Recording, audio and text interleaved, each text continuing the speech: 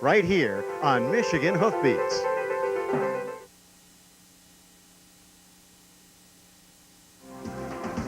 This is week 6 of Michigan Sire Stakes racing action, and today we are highlighting the 2-year-old trotting colts going for a purse of $10,500. Hi everybody, I'm Marty Adler, and you're going to see some of the stars of the future this afternoon in the trotting colt division. We have a Bud Light, we have an acetylene torch, and they fit in very well right here at Bad Axe. Also on today's show, we're going to show you what it's like to be a starter on the Michigan Fair circuit. You know, that's the guy that starts all those horses. We'll also have results of all the races here this afternoon and take you to Hazel Park for a report on the Motor City Pace. Lots of action, harness racing style, coming up right now from Bad Axe. But first of all, let's find out a little bit about this Huron Community Fair as we check in with the general manager, the president of the Huron Community Fair.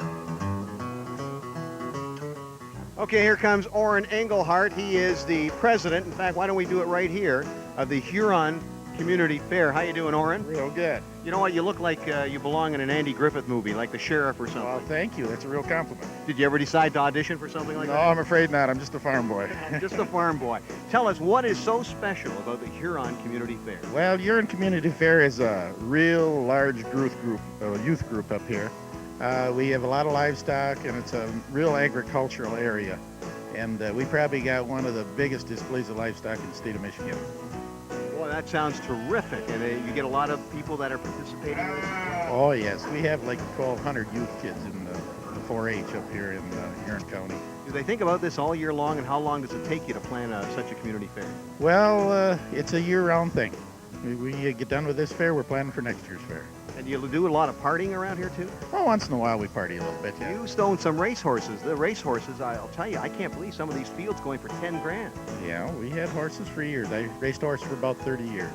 30 years, and you're not in it right now? Not right now, no. But you still have a little bit of love for them. Oh, yeah, and I will have another one. Won't be too long, so we're looking for trainers out there for Orrin. Right. Thanks a lot, and have a good fair this year. You bet, thank you. Here's one of the contenders in our featured race this afternoon. This is a acetylene torch D. That's Carl Putnam Jr. in the bike, warming up. This is a black colt by Blowtorch out of Speedy Miss Core. The breeder is Ed Fleming. You'll see a acetylene torch D in action very shortly. Now, let's take a look at some of the sights of Bad Axe, Michigan. How you doing, Cliff? Very good, Marty. All right, can you tell me, how did Bad Axe get its name? Back in around the 1850s, Colonel Paps was surveying the area here, and in developing his camp, he found a broken axe in a stump, and he called it the Bad Axe Camp, and that's how Bad Axe got its name. What are we going to find in Bad Axe? Well, we have a very nice brand new high school just built here about 2 years ago. What's the team called? Bad Axe Hatchets. Hatchet. What else? And our county seat is here. We have a very nice theater. We have a monument there, monument commemorating the people that was passed away was killed in the wars. And then we have this log cabin village here. We're heading to the fairgrounds right now. We're going to see some harness racing. So, Cliff, why don't you look into the camera and say, Marty, take me to those harness racing highlights. Marty, take me to the harness racing highlights. My friend, Cliff Willett. He is the local historian here in Bad Axe. On today's show, we feature the 2-year-old trotting colts, highlighted by Mr. Blackwell. This horse has been dominant. In 8 starts this year, he has 5 wins and earnings over $25,000. But word has just come down that Mr. Blackwell has been scratched. He is not feeling too well. He has been sired by a horse by the name of Such Hustle. We wanted to find out just exactly who is Such Hustle. So we went to Ortonville, Michigan, and the Groveland Farm. Oh, he's the greatest horse I've ever been around. I've had stud horses all my life, and he's good-natured. He's quiet. He'll do what you want to do. He's just a magnificent horse. Give me a little bit of of Such Hustle's racing career. Well, he raced for Doug Ackerman, of course. I never raced the horse, but I bought him from Doug Ackerman and Richard Staley. He raced basically in Illinois when he was a 2-year-old. His best year was his 2- and 3-year-old year, and he was the best 2-year-old trotter, the fastest 2-year-old trotter to ever come out of Illinois at that time. the stud fee is negotiable, and we advertise him at $1,000, and I think next year we're going to charge a little more and maybe get a little less, but we won't have so much hassle. You're going to charge a little more because of the... Blackwell, of course. Yeah. How did the mare come to such hustle? Well, evidently Jenny Benson had the mare, and she decided the cross was good and the price was right, so she come over here and bred to such hustle. And we've I might add that we've bred the mare back to such hustle, and she's in foal such hustle again, so she'll have the foal will be a full brother or sister to Mr. Blackwell. Mr. Blackwell, go for it. Well, he sold very reasonable at the Adrian sale. I'm thinking around less than $4,000, but I know the owners were prepared to pay up to $8,500, but that's the story you always hear about auction sales. Looks like the price is going to go up on any future offspring. Well, I would think so. I would certainly think so.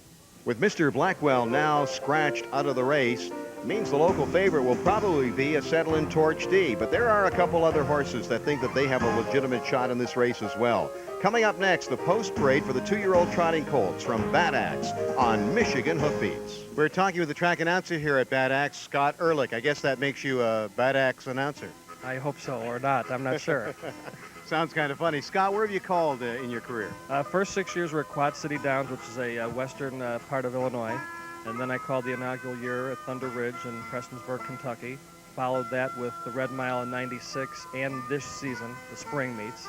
And then the last 2 seasons at Saginaw Harness Raceway. And I'm happy to announce that starting September 17th, I'll be moving out to Saratoga Springs, New York, where I'll be the permanent announcer at Saratoga Equine Sports Center. Well, perhaps that leaves an opportunity for some younger track announcer to come in. Well, it'll leave 2 opportunities, one for Saginaw and one for the Red Mile, assuming everything, knock on wood, goes fine at Saratoga. That'll leave 2 opportunities for their spring meet at the Red Mile and spring and summer at Saginaw. But what is the most memorable call you've ever had? Probably the most memorable was in the either late, I think it was '89. It was at Quad City Downs, the first track I called, and we had a invitational pace, and Pacific and Tom Harmer raced out there, and they were facing Annie Krembe, and they were pretty much the top 2 mares going then. And Pacific, who may have been the best horse that day in the world, she just was unbeatable. Wire to field, beat Annie Crombie, and she won. I think it was in 53 flat, and that was a world's record, which stood for about 4 or 5 years. And I was aware of the time that she had to beat for the track record and the world record going into the race. And when she beat it, it added to the call. And it was a pretty exciting race. Okay, make us all aware and call Annie Crombie as she comes down through the track. Annie Crombie or Pacific? It was Pacific, that one. Right. Okay, make us all aware and call Pacific as she wins. It's Pacific with the lead by 2. Annie Crombie's trying to reach on the outside, but it's Pacific and Tom Harmer. Note the timer, 1:53 flat, a track record, a world's record here at Quad City Downs.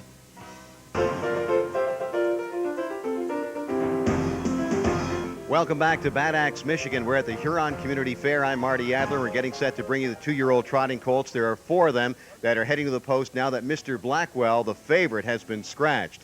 Here is the post parade for the 2-year-old trotting colts. Number 1 is a Settlin' Torch D owned by John Putnam and Ella Del Duca of Vassar and Burton, Michigan. Carl Putnam Jr. will drive. 2 is Corwin's Nub, owned by Steve Middleton of Gaines, Michigan. Brad Kramer's in the sulky.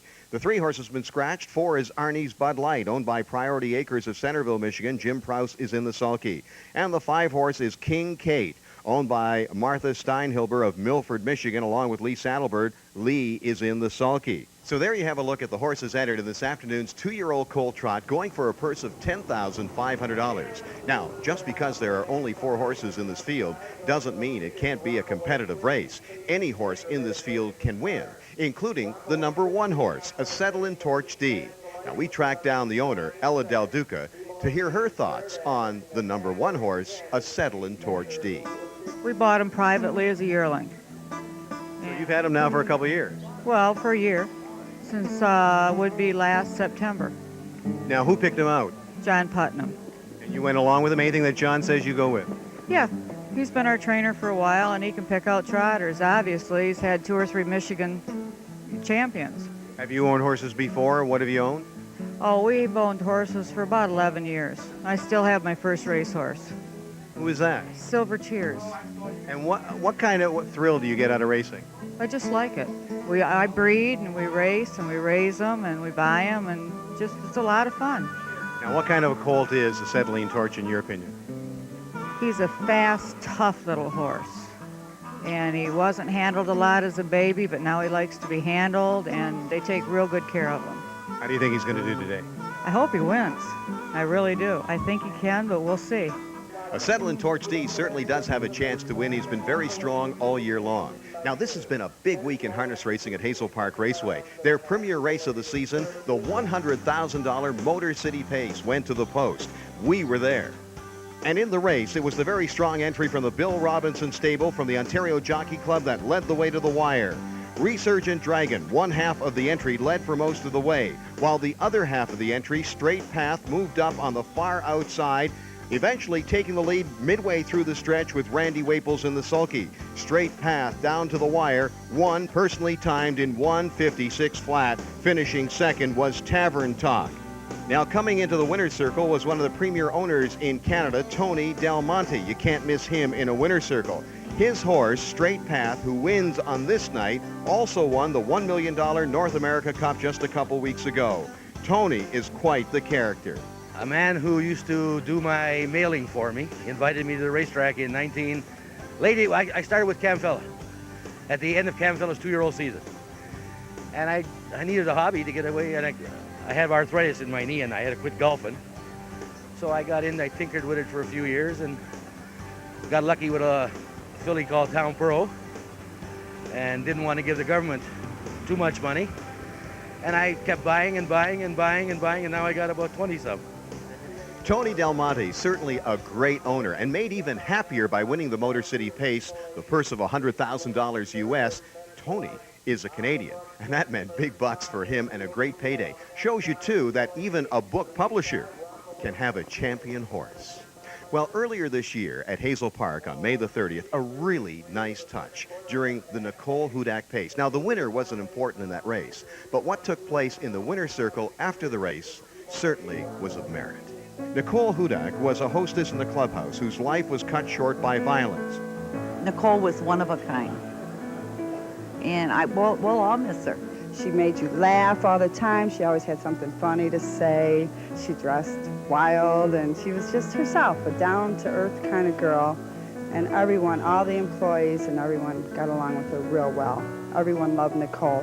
So when the winner came back, a contingent of former co-workers honored her by appearing with the winner in the winner's enclosure.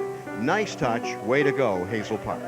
Now we're just moments away from the 2-year-old trotting colts, but sticking with our Hazel Park section, we keep hearing a question over and over while sitting in the grandstand about a new driver, a fresh face appearing on the scene at the track. Who is Matthew Vedder? Let's find out. Why did you come to Michigan? Well, I wanted to try my luck out here. I've been to a lot of tracks, a lot of different places, and figured I'd try a new track. This place seems to be pretty, productive. And What are you doing your driving for? Right now I'm driving for the Bobby Brewer stable and drive for a couple other people here and there, How tough are you finding the drivers in Michigan? Everybody's pretty competitive here. It's not just a walkover. You gotta work. You gotta earn anything you get here. How would you describe your style? I drive very aggressive. I want to win with everything. But, you can't win with them all though. Who gave you a break when you got here? Clay Pro Jr. put me on the map. He helped me out and showed me the way. Came out from Florida, and I had like a year off. I broke a shoulder.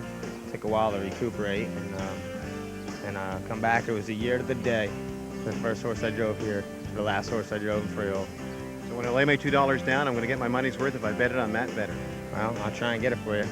I'll try and get it for everybody. One of the nice things about wagering on Matthew Vedder is that when he wins, and he does win a lot, he usually pays big prices. In the early days of harness racing, when there was no mobile starting gate, you kind of wonder, how did all the horses get a fair start? Well, it was simple. All the horses had to follow their cue by the horse that was on the rail. But, that made for some anxious moments as some drivers would try to get a little bit of edge leaving at the start of a race. So, in 1947, along comes the mobile starting gate, and that made it fair. What a change in harness racing. Let's take a look at today's mobile starting gate. He's suave, he's debonair, and he looks like he should star in a Zorro movie.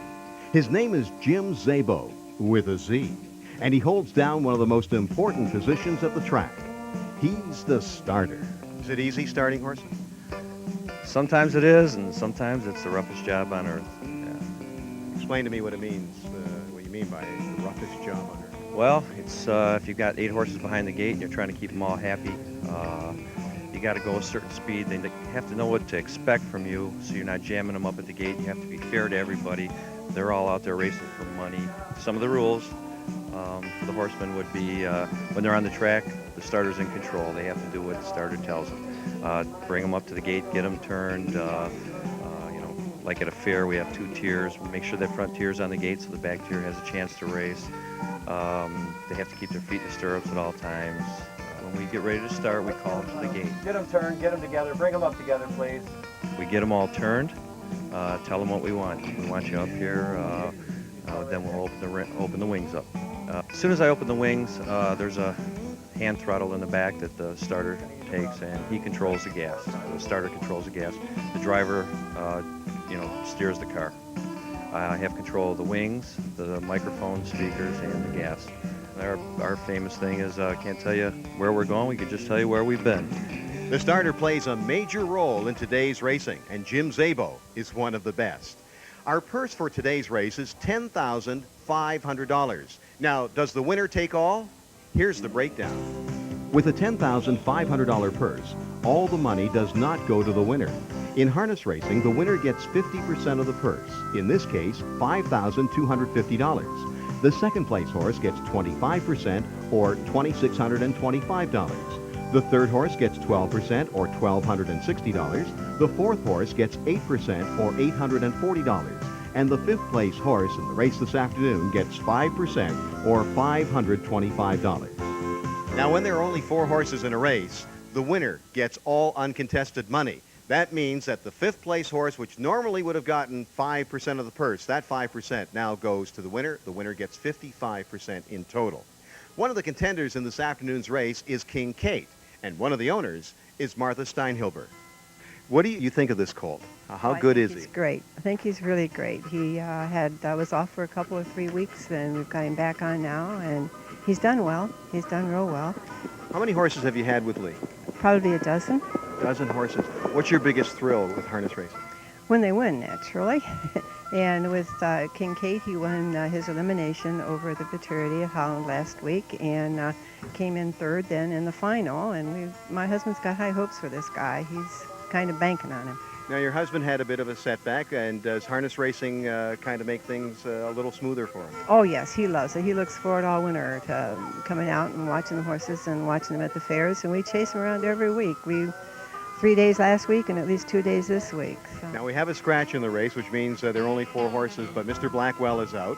Who's the horse that you like the best here, and who do you think, how do you think you're going to do? Well, I hope we win. Of course, King Kate's our favorite, and I am a little concerned about a settling torch, so we'll see how it comes out. The driver for King Kate this afternoon is Lee Saddleberg, one of the top Michigan reinsmen over the years. Now, another horse that has a shot this afternoon, I guess they all have shots, we only have 4 horses in this race, is the number 4 horse, Arnie's Bud Light. The trainer, Jim Prowse, is going to be doing the driving this afternoon. Here's what Jim had to say about Arnie's Bud Light. Jim Prowse is the trainer of Arnie's Bud Light. Jim, I wonder if you could tell me, this horse hasn't had a win this year, but he has over $10,000 in earnings. What kind of a horse is he? Well, he's one that sure wants to try anyway. He's a young colt. We raised him ourselves. We lost the stud that he was out of. And we really like the colt. How did he get his name then, if you raised him yourself? You must have named him. Oh, yeah, we named him. Well, one we had out of was called Priority Rosebud. And then we just kept going with the Bud part of it. Now it's Bud Light. And who was Arnie? Arnie was Arnie's Priority. Oh, right, okay. Yep, he was a holy Arnie. So he hasn't won a race yet. He's made pretty good bucks so far. And how do you think he's going to do today? Who do you have to beat? Got to beat them all. You know, the nice thing about racing on the Michigan Fair Circuit is that anybody can own one of these horses. In future weeks, we're going to show you what happens when we go to a horse sale here in Michigan. Now, whether you are a convenience store owner or the owner of a carpet company, you can own a harness horse. In fact, that's exactly the case as we talk to Steve Middleton, the owner of Corwin's Nub. Well, we were looking for a horse, and Brad kept saying that Byron Shunk up in, is it Coleman or Clare? I forget, I'm too excited. But had a good horse that he may want to sell, and went down to the Swartz Creek track to see him. And Brad got so excited, I bought him. It's exciting, extremely exciting. And obviously, we've got a very good horse here, so it might even be profitable. Well, it takes me away from work a lot. It doesn't make a difference how much Corwin makes. It's how much I'm going to lose from not working so much, because I find myself having to see every race. What is your business? Carpet retailer. All right, so does that mean you line all of Brad's stalls with carpets now? I may have to. May have to. Corwin's Nub and all the other horses are now in behind the starting gate as the gate is rolling, and we're all set to bring you the Michigan Sire Stakes for 2-year-old trotting colts and a purse of $10,500. We'll turn it over to track announcer Scott Ehrlich. And they're off and trotting with Acetylene Torch D going for the lead. Corwin's Nub came away in second. Arnie's Bud Light and King Kate. They trot in post position order in the first turn, and it's Acetylene Torch D with the lead by 2. Corwin's Nub is second by 2. Arnie's Bud Light is third by 2, and King Kate is the trailer. Off stride in the pocket is Corwin's Nub. Corwin's Nub is off stride.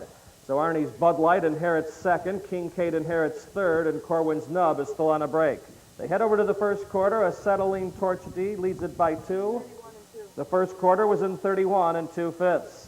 It's Acetylene Torch D on top of Comfortable 2. Arnie's Bud Light is second by 2. King Kate is third, and now distance is Corwin's Nub. A little more than 5/8 of a mile to go, and Carl Putnam Jr. and Acetylene Torch D lead at a length and a quarter. Arnie's Bud Light moves a closer second and is out of the pocket. In third is King Kate, and far back, Corwin's Nub. Passing the stands for the first time on the inside, Acetylene Torch D drawing even is Arnie's Bud Light, the half. 103 4, 32 2 for the second quarter. They move into the turn the final time. Your leader on the inside, Acetylene Torch D. On the outside, Arnie's Bud Light, the challenger, in second by 2. King Kate is third. Out of the turn and up the backstretch they go. Acetylene Torch D leads it a long neck. On the outside, Arnie's Bud Light, the challenger, in second. King Kate is an unused third and only 2 off the lead. They race to the 3/4. On the outside, Arnie's Bud Light. On the inside, Acetylene Torch D. 3/4. 134 3, 30 4 for the third quarter. It's Arnie's Bud Light on the outside taking the lead. On the inside, Acetylene Torch D is second. Right there, King Kate ready to gobble up the leaders in third. With 1/8 of a mile to go, those trotters turn for home. It's Arnie's Bud Light with the lead on the outside. Here comes King Kate. And on the outside, King Kate. Arnie's Bud Light is still there. Arnie's Bud Light and King Kate. Those two to the wire. It looked like King Kate maybe over Arnie's Bud Light. I don't think I've seen a better 4-horse race in my entire life as Acetylene Torch D led for most of the way. Arnie's Bud Light was ready to make the upset, and then flying up on the last stride, here comes King Kate to win it all in 2:07 2. We'll be back with more from the Huron County Fair in Bad Axe, Michigan. We are waiting confirmation of the photo.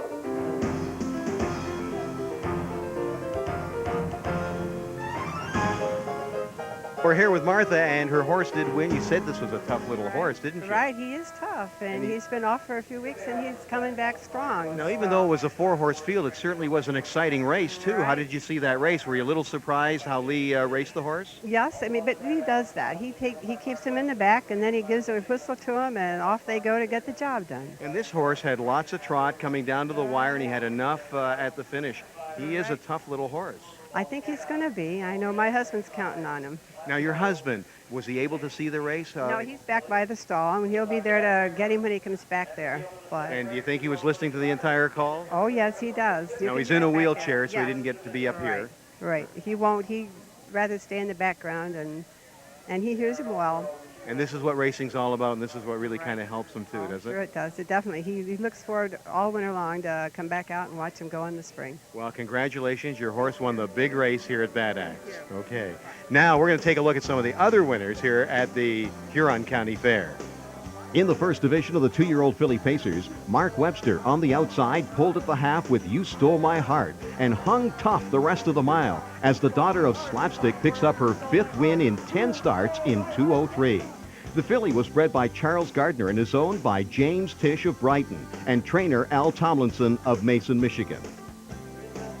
In the second division of the 2-year-old filly pace, Sunrise Raider with Troy Boring in the bike went to the front and held off all comers to win in 2:02 and 2.